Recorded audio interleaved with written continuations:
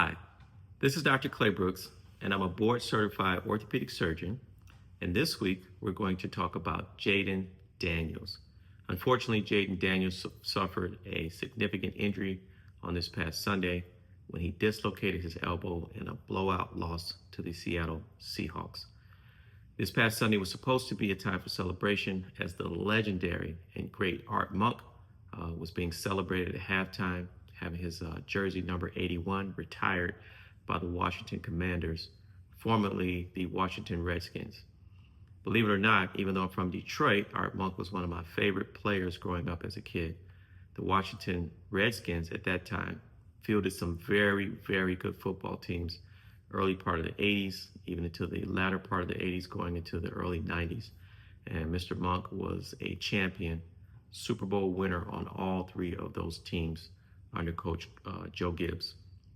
So even though I'm from Detroit, my good old Lions haven't always given me a lot to root for. We've had some great players throughout the years, but team success has evaded us, so to speak. But this week we're going to talk about Jayden Daniels and his elbow injury. So who is Jayden Daniels? Well, he's a 6'4" starting quarterback for the Washington Commanders.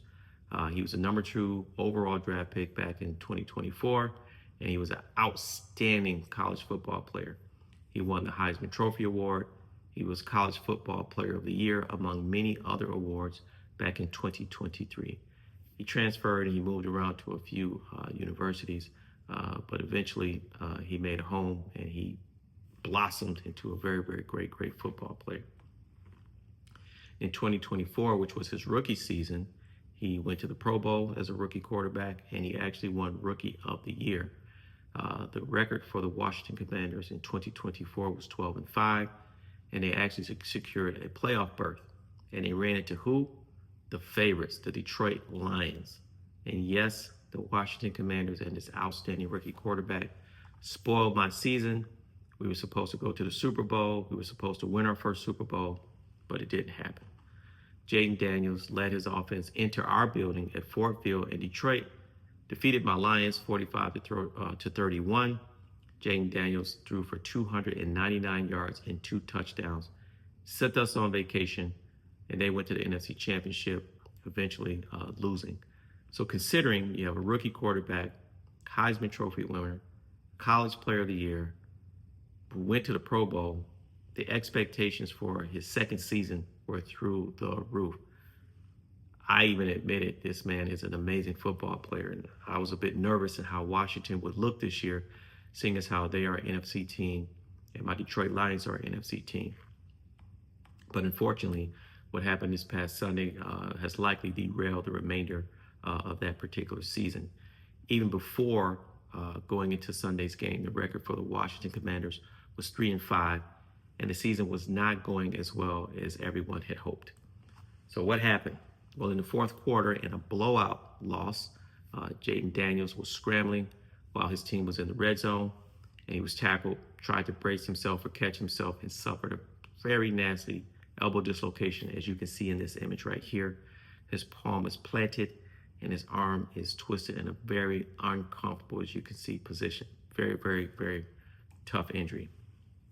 So what we're going to do now is just go over some basic anatomy of the elbow, some basic understanding of elbow dislocations, and briefly discuss impact and future outlook for this very, very bright young man who has a bright future. So basic elbow anatomy, you can see in this picture here, the elbow is made up of 3 bony structures. You have 2 forearm bones. You have the radius, which goes along this part of the arm. You have the ulna, which goes on this part of the arm.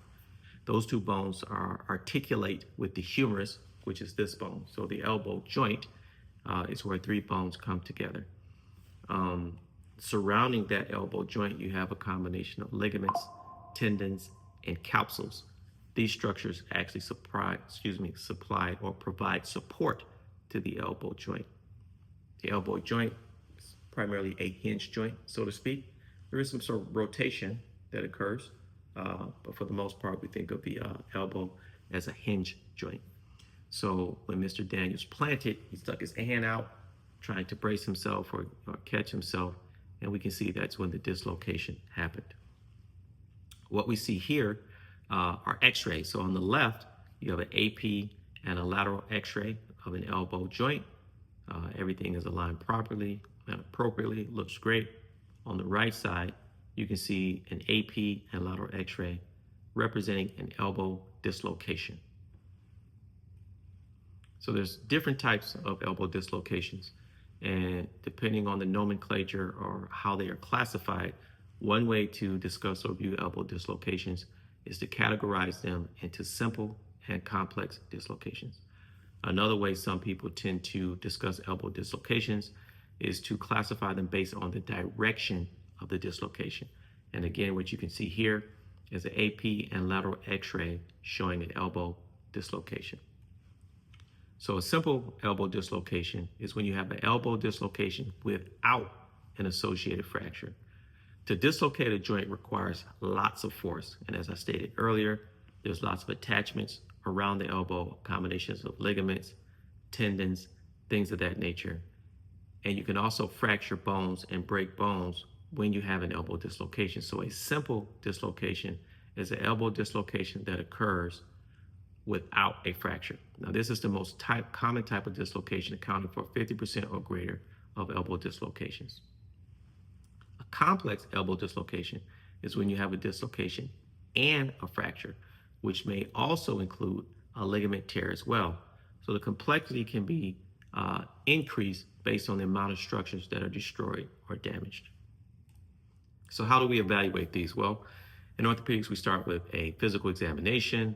As you can see in this picture here, it's quite obvious that there's an injury to that particular joint. The forces required to dislocate joints are significant, so a physical examination will very quickly reveal that.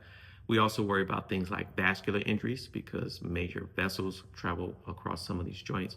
We worry about neurological injuries as well, so that's part of our evaluation. Next step will be things like plain x-ray to see the direction or severity of the dislocation.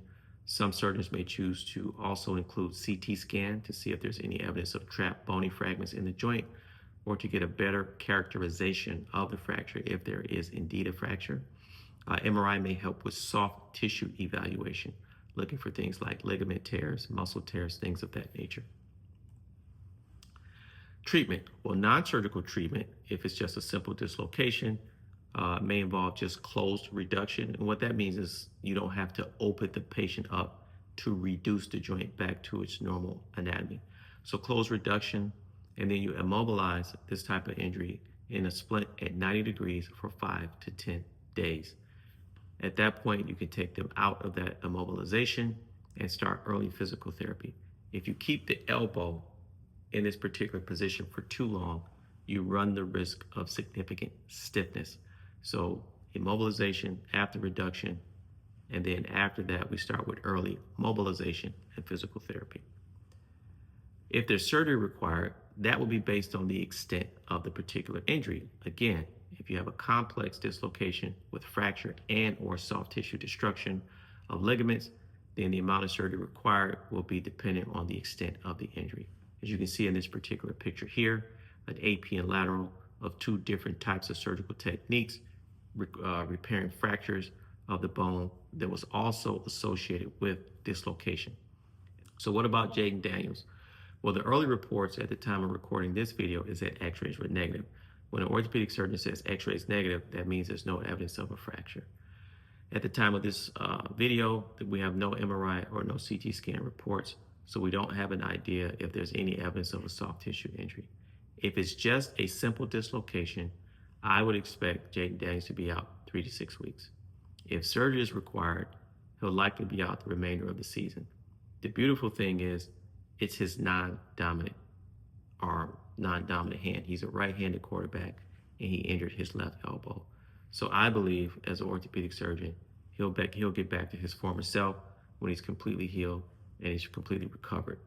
The extent of time that he will miss will depend on the extent of the injury, and currently we only know about his x-ray findings as has been reported. So in conclusion, I expect a full recovery for Jayden Daniels, which makes me happy. I want the best for this young man, and I hope he has a bright future in the NFL.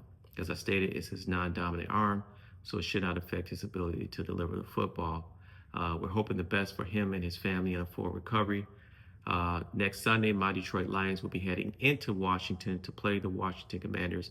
It was my hope that we were able to get our payback to a very healthy and formidable team.